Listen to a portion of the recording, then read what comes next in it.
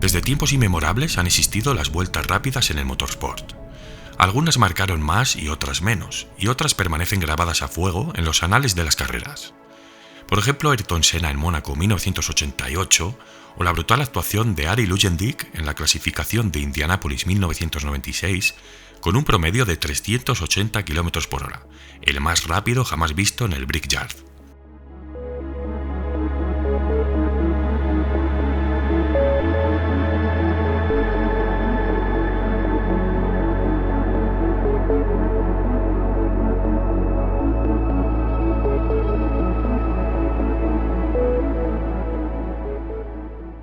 Sin embargo, son muchos los que tienen claro cuál es una de las mejores vueltas rápidas de la historia, una de las mejores poles, al menos celebradas en el circuito de la Sarthe, en Le Mans.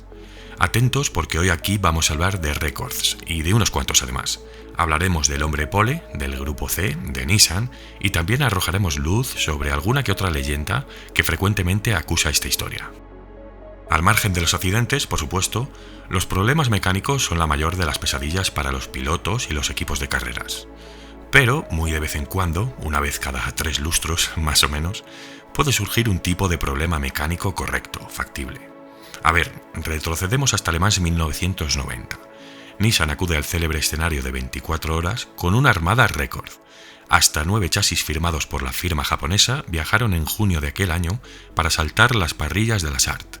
La mayoría de estos corsarios eran chasis Nissan R90CK, un prototipo que se presentaría con un par de ases en la manga.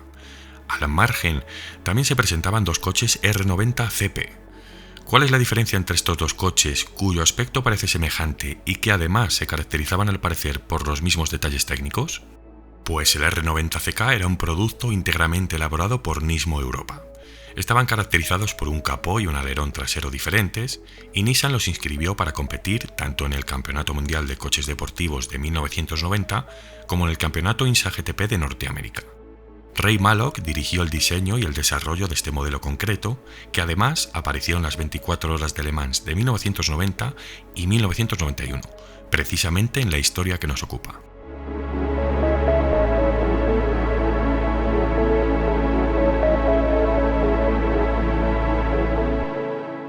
Por otro lado, los R90CP serían ensamblados en Japón, y la diferencia más notable era que incorporaban una baja carga aerodinámica.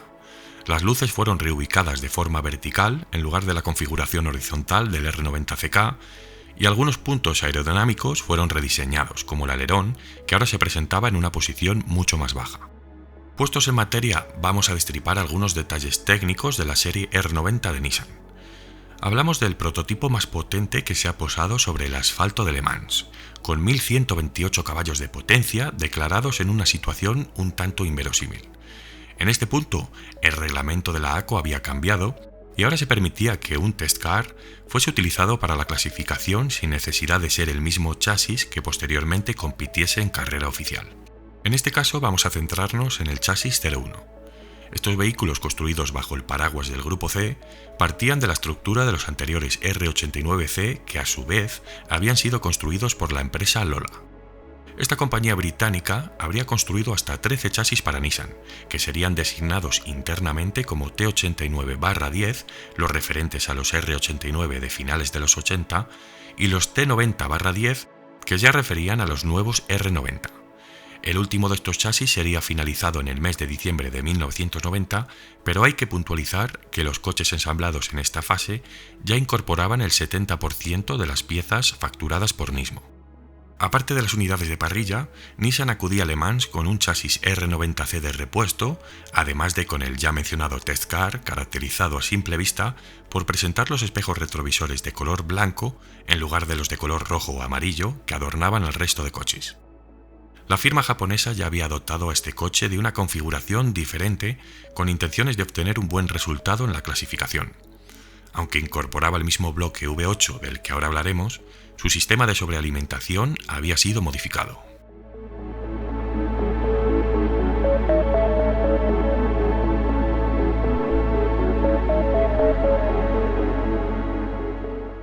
Con rumores de chicanes vislumbrándose en el horizonte, a finales de los años 80 un equipo francés entró a Le Mans con el único propósito de establecer la velocidad máxima oficial surcando Mulsanne. El aerodinámico prototipo obtuvo el pico récord de 407 km por hora antes de que el motor turbo Peugeot, alojado en la parte trasera del chasis, se rindiera. Con las nuevas chicanes instaladas en Mulsanne, el concepto de velocidades máximas se olvidó rápidamente.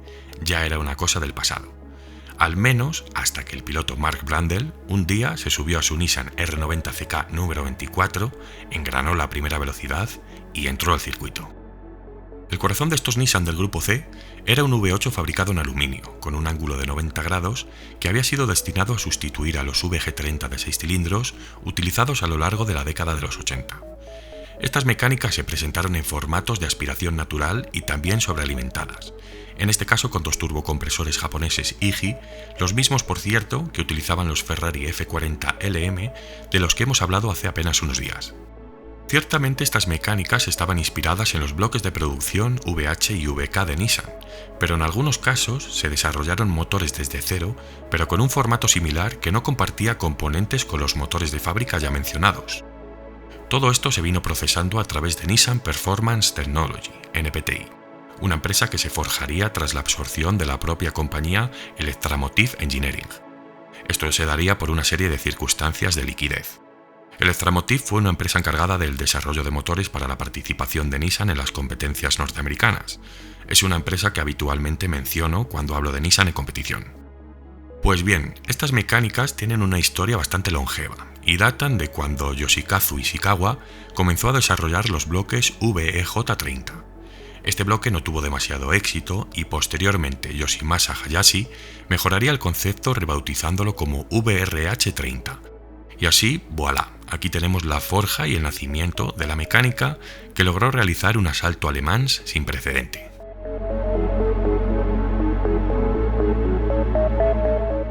Y bueno, no se me olvide puntualizar porque creo que es un dato importante. A principios de los 90, Nissan cogió este motor, contactó con el maestro Tom Walkinshaw y presentó una nueva versión destinada a propulsar el R390 GT1. Posteriormente sería utilizado por los Courage C51 hasta 1998, nada menos. Y como siempre digo, si algo funciona, ¿por qué cambiarlo? Pero esperad, ¿creéis que termina aquí la cosa? Pues no. Los planos de esta última versión VHR fueron vendidos a McLaren y estos produjeron en torno a los mismos el bloque M838T, un bloque que ha estado en producción hasta 2021 para propulsar a deportivos del más alto nivel.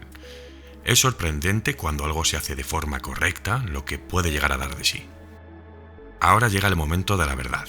Este obsequio, el enigmático Test Car de espejos blancos que hemos mencionado anteriormente, le es concedido al piloto británico Mark Brundle, que debutaría con la escudería de Fórmula 1 Brabham en 1991, por cierto. Brundle se había unido al equipo Nissan para sus competencias en el World Sport Car de 1989, con su compañero de equipo Julian Bailey, pilotando el R89CK, la versión anterior. Este era uno de los varios proyectos de carreras del fabricante japonés, cuyo enfoque se extendió escasamente en su casa y más notablemente en Europa y Norteamérica. Fundamentalmente, Nissan tenía un buen concepto de prototipo de carreras allí presente, pero cabe decir que el modelo también presentó algunos problemas inherentes. La aerodinámica era uno de ellos, y es importante recordar en este punto que no había dirección asistida y que los pilotos todavía tenían una caja de cambios manual, como debe ser realmente. Brundle declaró que pilotar este coche, además de requerir obviamente ciertas habilidades, también suponía algo realmente físico.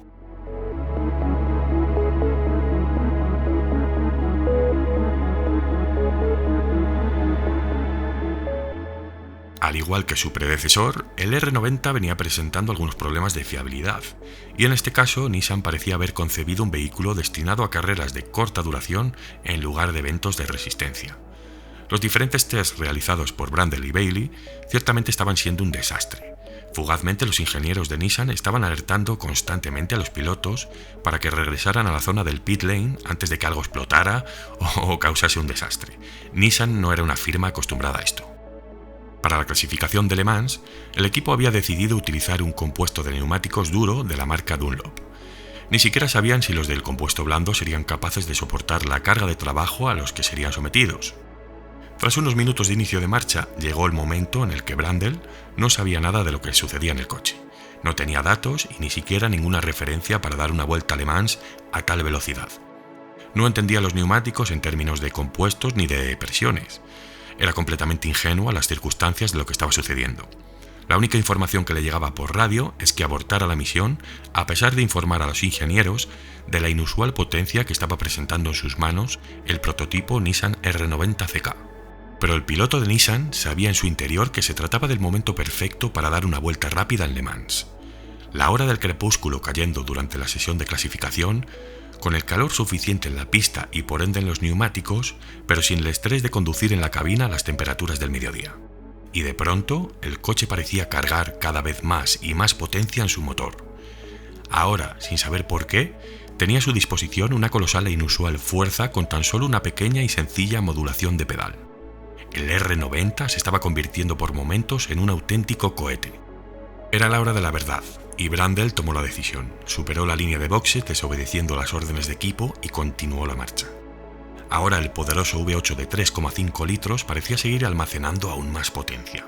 En aquel momento la válvula de descarga se había quedado cerrada, lo que implicaba que la presión de admisión estaba creciendo sobremanera.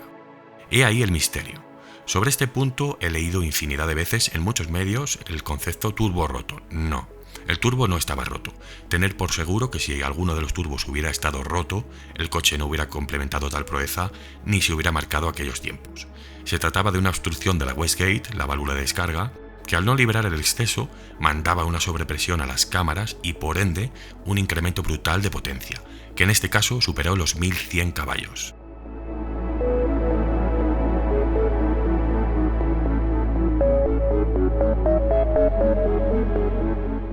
La temperatura del agua ya estaba en rojo. Blundell seguía recibiendo avisos para regresar a boxes de inmediato, pero no solo ignoraba la llamada, sino que desconectó la radio, se quitó los auriculares y se dirigió a la chicane de Ford, con 2 pelotas.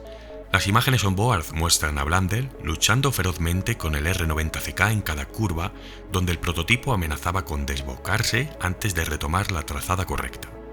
Era como intentar domar a un toro salvaje. En la sección de la chicane, el Nissan había logrado registrar una velocidad máxima de 366 km/h, y esta cifra permanece aún imbatida a pesar de las novísimas y prodigiosas tecnologías que ocupan hoy el motorsport. Por supuesto, estamos hablando del formato Le Mans con chicanes, no olvidemos este dato importante. Los excesos de los turbos, que no estaban rotos, repito, permitieron que el Nissan número 24 estableciese un asombroso récord de clasificación para la era de chicane de Le Mans con un tiempo de 3 minutos 27 segundos y 0,20 centésimas. Blundell había quedado más de 6 segundos por delante del segundo clasificado, un Porsche 962 Brun, pilotado por cierto por el español Jesús Pareja, el argentino Óscar Larrauri y el propio fundador del equipo, Walter Braun. Mark Blundell logró finalizar aquella locura sano y salvo, y al llegar a boxes y salir de la cabina, las emociones del personal del equipo estaban divididas. Concretamente, el personal japonés estaba especialmente disgustado con el piloto británico por haber desobedecido una orden directa. Sin embargo, hubo otros integrantes que no ocultaron su alegría y satisfacción. Nissan se había convertido en el primer fabricante japonés que lograba la pole en Le Mans. En carrera oficial, la cosa se presentó muy diferente a la de aquel emocionante día. Blundell y sus compañeros ahora pasarían a pilotar el chasis número 03 en carrera oficial, que no pudo terminar el evento después de que Bailey destruyese la caja de cambios en la vuelta 146, justo el problema que hizo abandonar también al chasis 04. El chasis 05 se quedaría fuera de carrera por una fuga de combustible, y los únicos Nissan que lograrían ver la bandera a cuadros serían una unidad antigua R89C dirigida por Courage y el chasis 02 R90CP dirigido por Masahiro Hasemi, que esta vez sí lograría un excelente quinto puesto en la general. Lo sorprendente es que tras ver la vuelta de clasificación, Blundell declaró que podría haber ido más rápido aún. ¿Sería posible superar aquella infame vuelta con la wastegate atascada y la radio desenchufada? Para un atrevido piloto que reclamaría la victoria de Le Mans para Peugeot 2 años más tarde y que ganaría algunas de las carreras más rápidas de la historia de la IndyCar, no necesariamente importaba. Fue un momento para los libros de historia que aún permanece vivo. Nadie ha logrado la pole en Le Mans por un margen mayor, ni superar la velocidad máxima de 366 km por hora en el formato chicane. Para mí, probablemente la mejor vuelta que he hecho en un coche de carreras. Puramente desde el punto de vista de pilotar un prototipo totalmente analógico y reactivo. No había nada más que mecánica, pura mecánica y yo.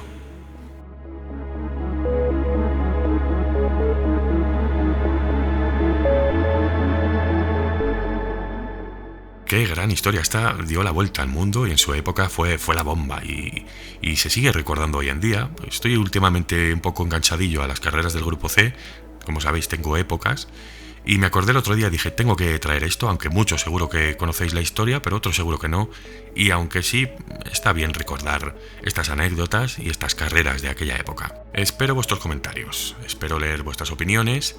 Y voy a hacer una encuesta esta semana para ver cuál es la temática que queréis de uno de los siguientes vídeos.